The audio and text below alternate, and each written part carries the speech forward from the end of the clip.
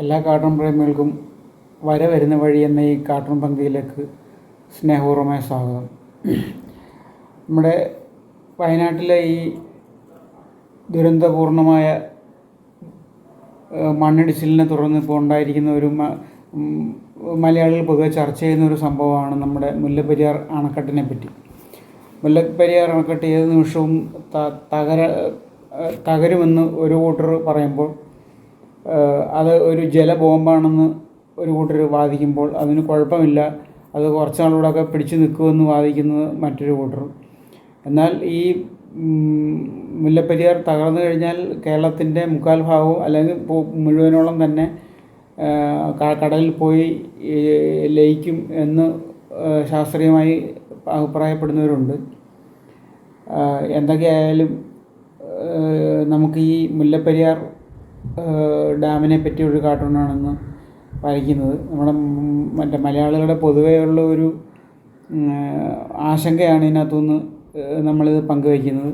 എല്ലാ മാന്യ പ്രേക്ഷകർക്കും ഒരിക്കൽ കൂടി ഈ പരിപാടിയിലേക്ക് സ്നേഹപൂർവ്വമായ സ്വാഗതം. കാർട്ടൂണിൻ്റെ റഫ് ഇട്ടിരിക്കുന്നു.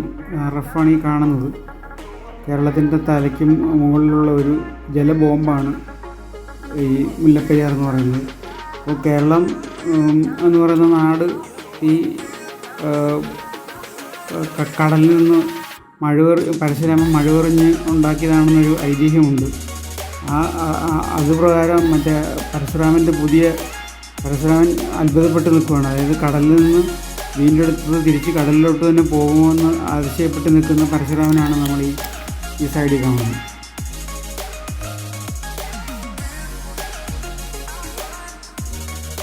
നമുക്കിനി ഇതിൻ്റെ ഇഞ്ചിങ്ങിലോട്ട് നോക്കാം.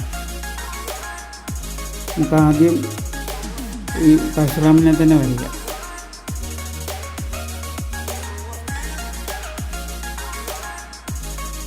ഈ കേരളത്തിൻ്റെ ഇപ്പോഴത്തെ അവസ്ഥ കണ്ടിട്ട് പരശുരാമൻ അത്ഭുതപ്പെട്ട് നിൽക്കുകയാണ്.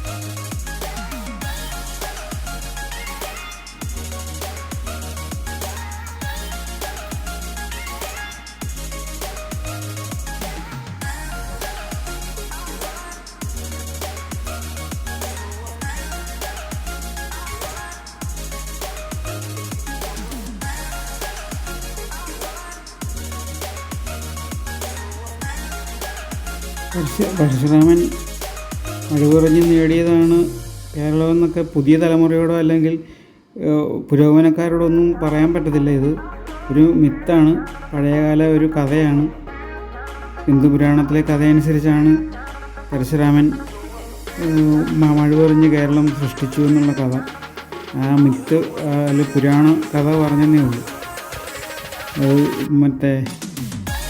ഇത് കേട്ടിട്ട് തലപറിക്കാനാരും വരരുതെന്നൊരു അപേക്ഷയുണ്ട്.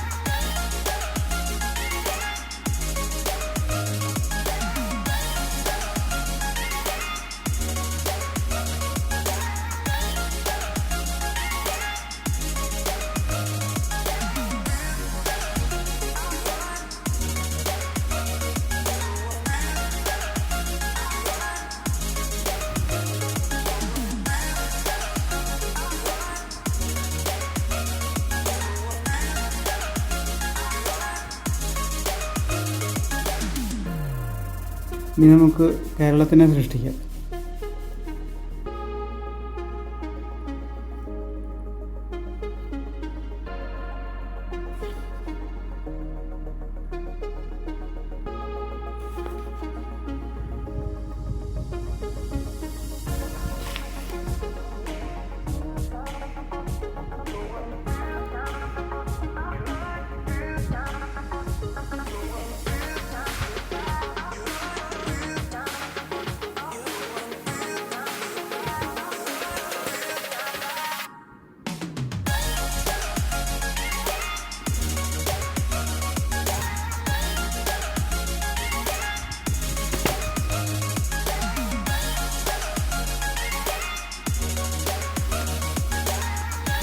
ഇനി അടുത്ത് ബോംബാണ്.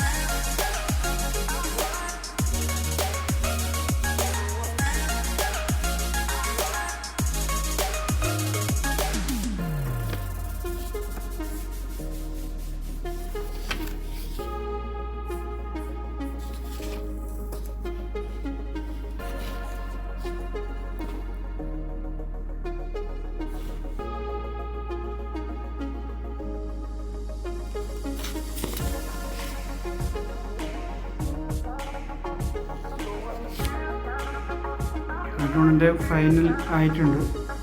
ഇതാണ് കാർട്ടൂണിൻ്റെ മുല്ലപ്പെരിയാർ എന്ന് പറഞ്ഞാൽ ജലബോംബ് കേരളത്തിൻ്റെ തലയ്ക്ക് മുകളിലിരിക്കുകയാണ്. ഇത് കണ്ട് അന്തം വിട്ട് നിൽക്കുന്ന പരശുരാമനാണ്. അതായത് വെള്ളത്തിൽ നിന്ന് വീണ്ടെടുത്ത് വെള്ളത്തിലോട്ട് തന്നെ പോകുമെന്നാണ് പരശുരാമൻ്റെ ഒരു സന്ദേഹം.